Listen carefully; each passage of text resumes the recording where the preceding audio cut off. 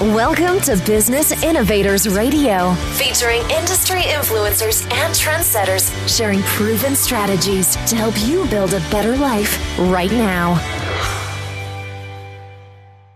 Hello, and welcome to another episode of Secrets of Success, where we share expert solutions that serve your personal and professional life. I am your host, Christine Love, and today our special guest is Dave Olesczuk, owner of Fit Body Bootcamp. Dave, how's it going? Good. Thanks for having me. Great. I'm glad you're on the show today. And let's get straight into it. Tell me about your business and the types of clients you help. Sure. We are an indoor boot camp, and we provide personal training in a group setting. So we work with everybody individually within the group to make exercises harder or easier depending on their level of fitness. And we specialize in fat loss and just building lean tone muscle and overall just getting people in awesome shape.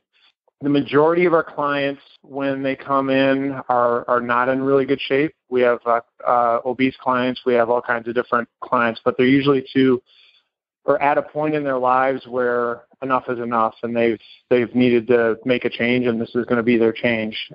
So we get a lot of those. We do get some people who are regular workout warriors, and they're just looking for a new place to work out, and we can help them with that as well. But the majority of the people, when they're coming in for the first time, are not in great shape, and they need help, and we're there to provide it for them.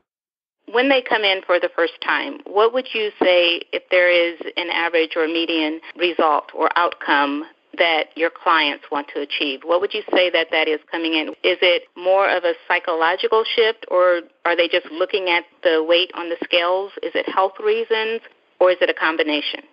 I would say it's a combination. And, some people may come in and say they need to lose 20, 30, 40 pounds or whatever the number happens to be. But then as they get into it, they realize that maybe there's, a deeper reason behind that, because they want to be more fit or be more healthy, or maybe initially they don't share that their physician told them that they need to lose 30 or 40 pounds in order to remain healthy and not be at risk for type 2 diabetes, or maybe they're on medication and that will help get them off medication. So sometimes the reasons can kind of evolve and change as they progress through the program, but I would say there's definitely a myriad of reasons why people will come in. It sounds like you have to have a lot of flexibility. How did you get the bug to do what you do, or how did you get started? Well, I was a college athlete, and I always enjoyed sports and being active and working out. And I did what most college athletes do when they graduate from college, and that's get a job. I got a job like everybody else, and I was in the corporate world for 18 years. And by most people's standards, I had a pretty successful career. And for quite a while, it was fun. I enjoyed it, but I started to get a little burnt out. And the further I got into it, the more burnt out I got and more fried I got. And I always enjoyed the training and exercise that went with being an athlete, and that was just something I've always loved. And I just decided from a career standpoint that I needed to make a change, and that was it. I also lived it and did it myself because like I said, I always enjoyed the working out part, but 15 years ago, my idea of working out was I would go to the gym and I would lift weights, but then I always joke with my clients. I'd go, to the bar afterwards and have like 5 or 6 beers and a cheese fries. And, that's not exactly the ideal post-workout meal. So I put on probably about 40 pounds. And I don't know if you would describe me as obese or not at the time. Maybe you could have. But what I talk to my clients about, and this is the part that people tend to ignore, people want the six-pack abs and they want to look good in a swimsuit and feel comfortable in their clothes and things like that. But a lot of people ignore the health aspect that goes with working out too. And in my case, I remember I was probably around 25, 26, 27. I don't remember the exact age, but my doctor had told me that I had high blood pressure. And that blew my mind because I'm like, I'm way too young for this. So I've made the change myself, and I've done that. I've gotten myself back into the shape that I was in college from a health standpoint, as healthy as ever. My blood pressure is great. And from a size standpoint, like my size is, I wear the same clothes size that I do in college. My strength is the same. I feel great. So I'm 45 years old, but I feel like I'm 20. So I try and relay that experience to my clients when they come through the door. Having the 40 pounds on your physical body and living with that gives you a different perspective than a lot of personal trainers who haven't had that experience. I'm wondering, though, when you put on that 40 pounds, the 40 pounds and the high blood pressure, was that concurrent? Were both of those things happening at the same time, or was it one and then the other? No, they both happened at the same time. And looking back now, a big factor in that, I mean, there's certainly some genetic factors involved, but a lot of it had to do with just the food I was eating. I was eating garbage, and I was under the false assumption at the time, as many people are, like, well, I work out, I'm good, I can just eat whatever I want, and it doesn't quite work that way. You know, when you're 16, maybe you might be able to get away with that, but as we get a little bit older, even though you work out, you still need to watch what you eat as well. So was it enough, that warning from your doctor and the high blood pressure, that notification, was that enough to trigger a change for you? Or did you have, when you looked in the mirror, did you like what you see, or it didn't matter what you saw when you looked in the mirror? Was that not a factor in your choice to start making different decisions? At the time, honestly, I mean, it was a big eye opener for me, but it wasn't enough where I'm like, I got to make change. It took me a while to evolve to that point where I was eating better again and feeling better about myself and feeling better about my health and my energy. And that's something I relay to my clients as well, because the working out part, quite frankly, is the easiest part. I know not everybody always agrees with that, especially when it's a really hard workout and they're tired and exhausted. But, you know, for most of us, the food is the biggest challenge, because we always like our food that we like, and a lot of times it's not always the healthiest food. So it takes a little while to make that change. And I was the same way. I mean, heck, I used to drink 5 or 6 cans of Coca-Cola in a day. I've always liked Coke, and I never thought that would be something that, I'd be able to change, nor really, quite frankly, did I have the desire to change it. But I don't know, I just had a moment where I was like, enough is enough. And sometimes with my clients, it's the same way. You try to do your best to help them, but until they're ready, sometimes it's a little hard to do that. And I was the same way. So maybe initially I wasn't quite ready to make that change when I had that initial diagnosis. And from when you had that initial diagnosis, from the very beginning to right now, how long would you say that you've been engaged in this wellness process? For me now, I'd say it's been the last 10, 15 years. So I was mid-20s when that initially happened, and I would say it was probably early to mid-30s when I really made the change, where there was definitely a difference in my lifestyle, and I was healthier and I felt better about myself. So I'm 45 now, so I would say it's probably between 10 and 15 years ago. I don't remember the exact time frame, but it was within that range. And then from that period of time to where you're at right now, I'm sure you've learned a lot throughout the process. What would you tell yourself back then to do that you didn't know that you should be doing, and what would you tell yourself not to do that you did that wasn't really helpful? For me, it was definitely the nutrition piece, no doubt about it. You know, when at least I was this way, I think a lot of younger people are this way as well. When you're younger, you think you're bulletproof. And especially with me being a former athlete and training as much as I did, like I said, I just thought, well, it's no big deal. I can do whatever I want because I work out hard and all that. But in hindsight, obviously, it doesn't work that way. And that's something I share with my clients is you cannot out-train a bad diet. You just can't. And in my personal experience, I've tried to do that, and you just can't do it. That would be definitely the advice to my younger self, to be a little smarter with the things I put in my mouth earlier in my life. Okay, so that's something that you would do. And then what wouldn't you do if there was anything when you first started out that you shouldn't have been doing, or that you were working really hard at it but it wasn't giving you the progress you wanted? I mean, I was a big soda drinker, like I mentioned, the Coca-Cola. And I guess as far as what I would not do, that is something, and I guess that relates to the last question with the nutrition. I definitely would not do that again. That would probably be a big thing. The other thing as well is, I guess, for things I would change is I've always enjoyed weightlifting, and to this day I think that's a fantastic form of exercise. It helps to to build that lean muscle that a lot of us need to enhance our metabolism and increase our bone density. And there's just a lot of health benefits to that. But I think the other part was I ignored the cardio piece to it and the heart health. In hindsight, I would have done that differently as well and engaged in more of that kind of exercise too. And when you were making this transition, you had a coach through your college while you were an athlete. Afterwards, when you got to this point where you were dealing with high blood pressure, the extra 40 pounds, did you make that transition by yourself? Did you go to a gym? Or did you have a coach? What was your process? No, I actually did it by myself. I had a gym that I went to. I did it on my own. I'm a big believer in self-improvement and always trying to learn and make yourself better. And a lot of it, quite frankly, was just through self-education.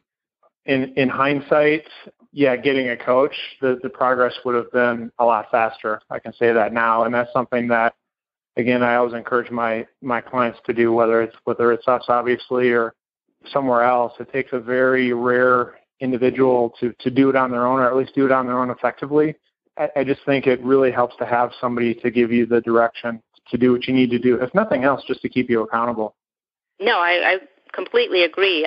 The way I look at coaches for everything is that it collapses time. Yeah, absolutely. Okay, and then where you're at right now.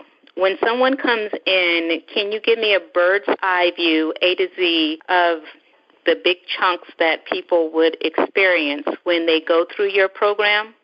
Oh, sure. And I can share with you the mindset of most people when they come in, too. And that's most people when they come in, as I mentioned earlier, are not in great shape. So as a result, they don't feel very comfortable in their body. They're super insecure.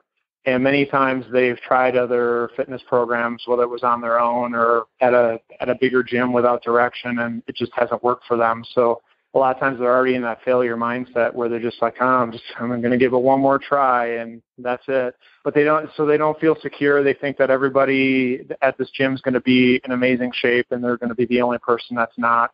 And they're going to think they're the only person that's not going to be able to do the exercises everybody else can. And that's not the case. Everybody can do what we offer, and we provide excellent coaching from all our staff in doing that. So the biggest thing we do when they walk through the front door, knowing that mindset for most people coming in, is just making them feel welcome and part of the community, because that's so huge. And the community piece is great because I want them to feel welcome. I want them to feel at home, like they're part of a family, because that helps keep people accountable and on track, especially when you have, 5 or 10 other people cheering you on as you're working out. And if you don't show up, people tend to notice that too. So that community aspect is so very important. So is the community, is that part of the coaching, or do you have different programs? It's just part of the program. I wanted to develop a certain environment for people when they came in, and I think we've done a pretty good job between me and my staff and the clients that we have to develop that. So besides our staff and making people feel welcome when they come in, our existing clients are great with, saying hi, say welcome. Like for a lot of people, when they go through the first couple of workouts, they're like, oh my gosh, that was so hard. I don't know if I can do this. And then you have somebody who's been going to us for the last year or 2 years come up to them and say, you know what, I felt that way too when I first came in, and trust me, it gets a lot better. If I can do it, you can do it type thing, and it just reassures them. So that's so important. And then we do orientations too, just to kind of indoctrinate people into the program, just so they understand better how it works. And we're all about results. I mean, we want people to get great results with what they do. Most people don't just work out for the heck of it. So we talk about different mindset strategies on how to do that, as well as the program itself and how to get the best results out of it, to get the ball rolling and try and set them up for success. And during this indoctrination period, is this when you set goals and talk about nutrition and the physical workouts, or is this something that you do piece by piece as they come in each week, or how often they come in? Well, it depends on the program, but yeah, a lot of times we do set up the goals right off the bat with what they're trying to do, and then track them along the way with how they're doing it. Like we do a lot of 6-week challenge type programs that people really enjoy because they're fun. They're really enjoyable for people. They have like done for you meal plans. They like that. It's a group of people all corresponding together within the group, and then we'll do things like set up private Facebook groups where people can interact outside of the gym. And in Facebook terms, they're called secret groups. So if you search for them, you would never ever find them. The only way you can see them is actually being in the group. And it's a nice way for people to interact outside the gym and stay engaged. So like I'll tell people, you're with us for maybe an hour in a day, and there's 23 other hours in a day. So that's, the rest of the time we have Sally bringing in, donuts to the office because, nobody ever brings in good food to work. People want to go out for drinks after work and things like that. So having this group outside of the gym helps to kind of keep people engaged and motivated and focused on their goals, at least, as best as we can. And people tend to enjoy that and like that. So you have the association, you have the accountability, and you have the advocacy through your coaching, and you have a result-based program, done-for-you meal plan. And so you have this in this culture that is a safe place for people to come when they're ready to make some changes in their wellness. The question is, what is the obstacle that prevents them from achieving the outcome that they want when they come in?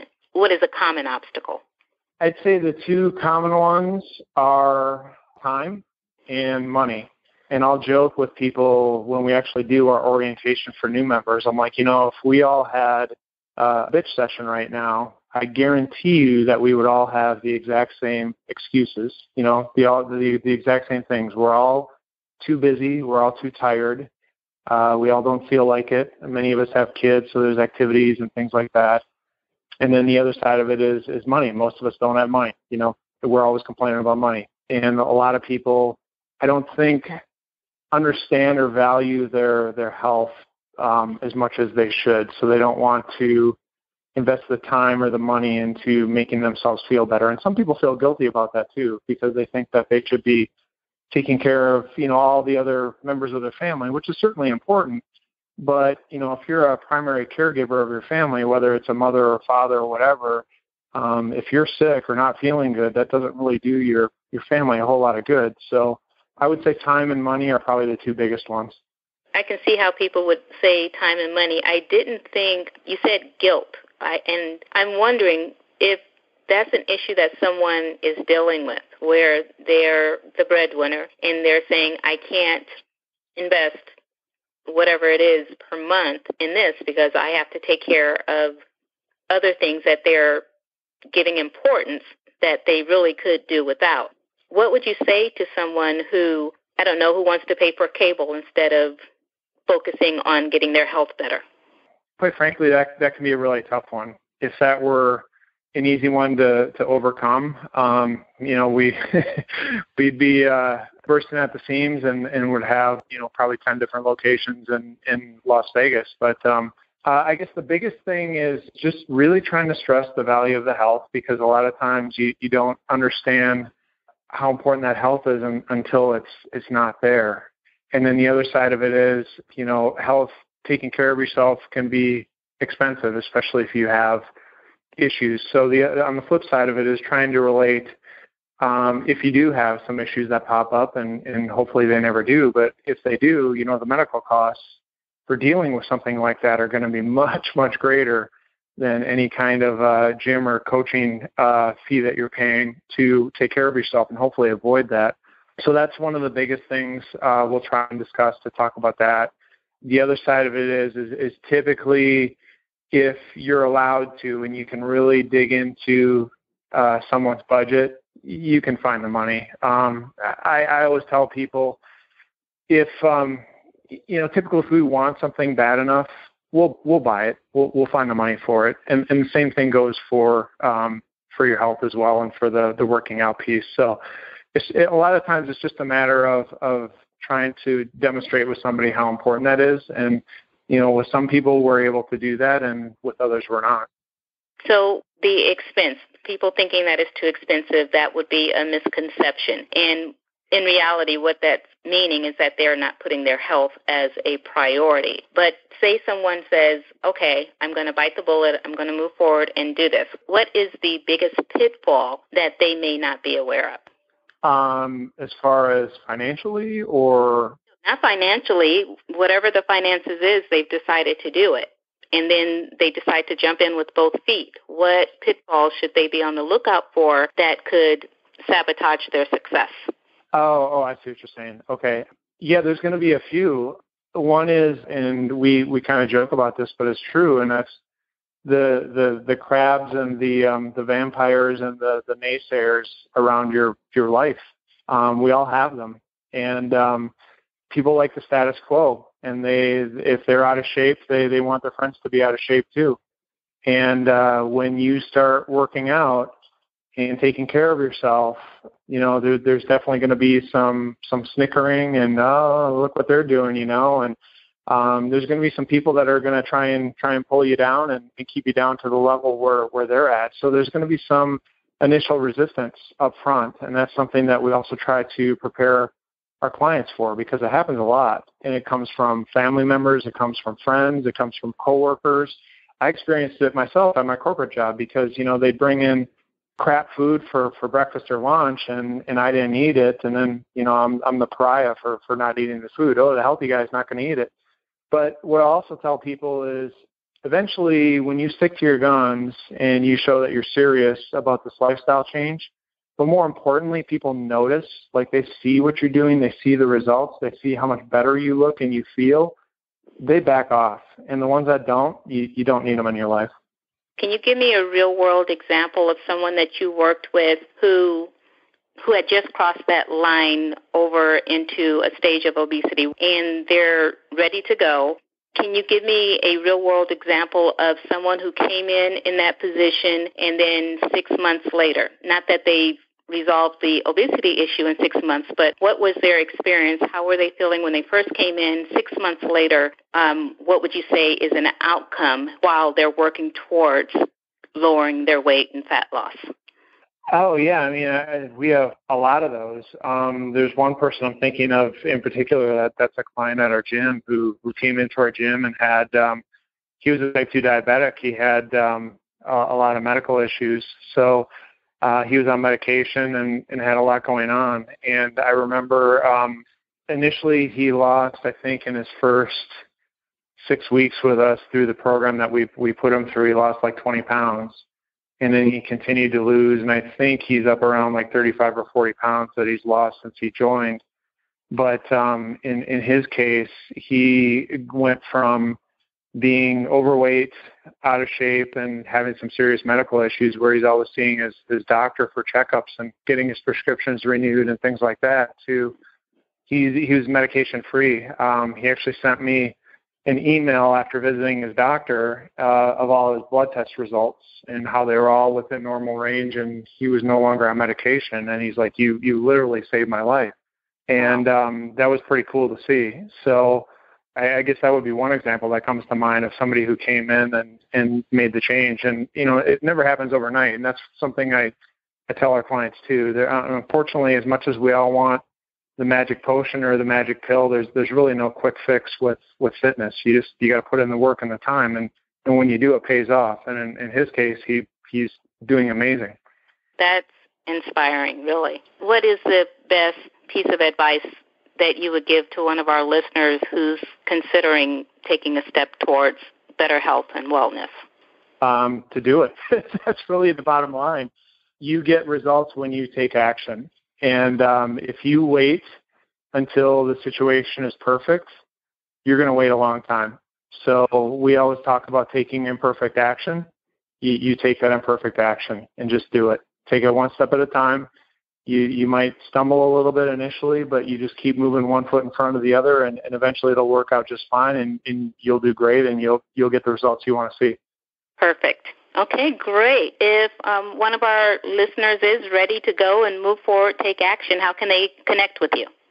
There's a few different ways you can do that. You would find us on social media at Las Vegas Fit Body Bootcamp -the Lakes, and we're on Instagram at LV Fit Body Bootcamp, and then you can also go to our website, which is fitbodyvegas.com. And then, of course, our phone number, which you can get at any of those sources, is 702-750-2956. Thank you very much. That was exactly what we were looking for. Thanks for having me. Thanks for listening to Business Innovators Radio. To hear all episodes featuring leading industry influencers and trendsetters, visit us online at businessinnovatorsradio.com today.